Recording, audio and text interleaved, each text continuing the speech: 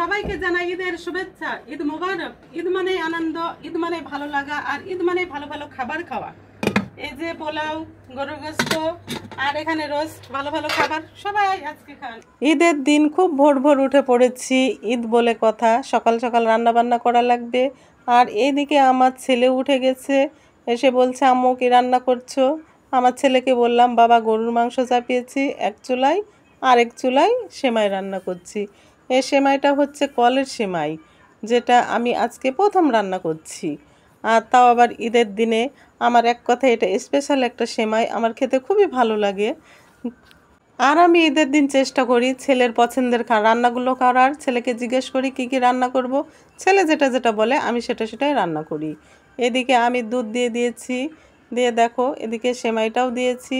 দেওয়ার পরে এদিকে কিশমিশ বাদাম সেগুলোও দিয়ে দিলাম। আর এতে দুধের পরিমাণটা বেশি লাগে। দুধের পরিমাণটা যত বেশি দেওয়া যায় ততই স্বাদ হয় এই সেমাই মিষ্টি জাতীয় জিনিসগুলো। এজন্য আমি দুধটা একটু বেশি দিয়ে রাখি। এই যে আগে দুধ দিয়েছি, দিয়ে দেখো তারপরে বাদাম কিশমিশ দিয়ে দিলাম, আবারও দুধ দিয়ে দেবো।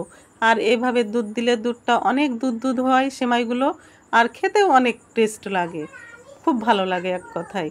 প্রতিটা যখন কোনো মিষ্টি খাবার আমি রান্না করি দুধ দিয়ে এভাবেই করে থাকি। এই যে এই সেমাইও দেখো আমি আগেও দুধ দিয়েছি, আবার এখনও দিয়ে দিচ্ছি। এই রান্নাবান্না করতে গিয়ে আসলে ছোটোবেলার ঈদের দিনের কথা মনে পড়ে যায়। যখন ছোট ছিলাম তখন এক অন্যরকম ঈদ ছিল, আর এখন সংসার জীবনে এসে অন্যরকম ঈদ। দুটার মধ্যে আনন্দ আছে, আসলে দুটাতে দুই রকম আনন্দ। যেহেতু কুরবানি ঈদ, আমার বাড়িওয়ালা এসে ব্যস্ত হয়ে পড়বে, তাই আমার বাড়িওয়ালা ভাত কিংবা খিচুড়ি সকালে কিছুই খাবে না। আমাকে বলল রোজি আমি রুটি খাবো, কিন্তু আমি ভাবলাম ঈদের দিন যদি একটু স্পেশাল কিছু করে খাওয়াই তাহলে তো আমার বাড়িওয়ালা আমার পুরে খুশি হয়ে যাবে। এই ভেবে তার জন্যে পছন্দের লুচি তৈরি করলাম, আর সাথে আছে গরুর মাংস আর সেমাই, একেবারে তো জমে ক্ষীর হয়ে যাবে। এই ভেবে এদিকে ফুলকো ফুলকো লুচি বানিয়ে ফেললাম।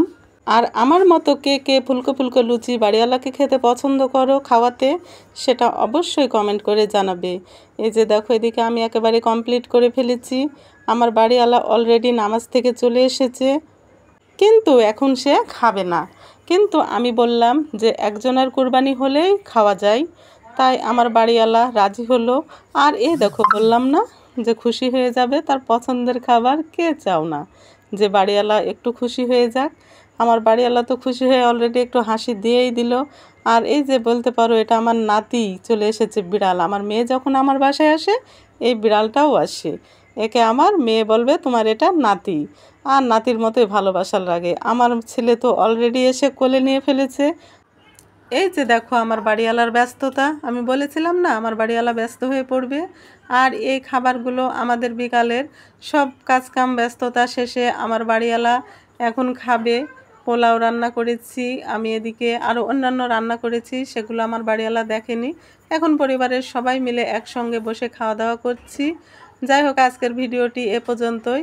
ভালো থেকো, সুস্থ থেকো, আল্লাহ হাফেজ, আসসালামু আলাইকুম।